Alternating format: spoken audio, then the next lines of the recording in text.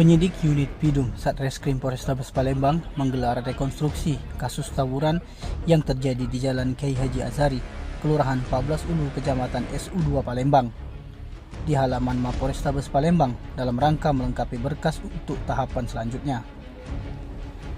Kasus tawuran yang terjadi pada Kamis lalu menyebabkan seorang korban bernama Fikri Firmansyah 17 tahun, warga Kecamatan Kalido di Palembang tewas setelah dibacok oleh tersangka utama Andri Afriansa alias Wak Ye. Sekitar 13 adegan rekonstruksi yang diperagakan langsung oleh ketiga tersangka, yakni Andri Afriansa alias Wak Ye, M. Rizky Satria, dan Reza Pahlepi, serta dibantu beberapa anggota unit Pidum yang memerankan sebagai korban dan saksi.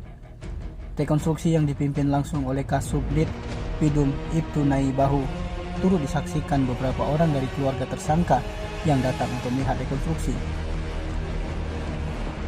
di mana adegan antara keenam tersangka Wak Ye menyabet korban di bagian punggung dengan menggunakan celurit, namun korban yang berboncengan dengan temannya berhasil melarikan diri dengan sepeda motor.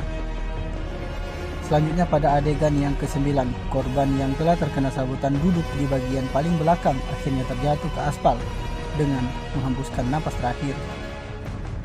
Kapolrestabes Palembang Kombes Pol Haryo Sugihartono melalui Kasat Reskrim AKBP Haris Dinza saat diwawancarai usai rekonstruksi mengatakan bahwa rekonstruksi dilakukan untuk memastikan dari keterangan saksi dan penyesuaian dengan alat bukti.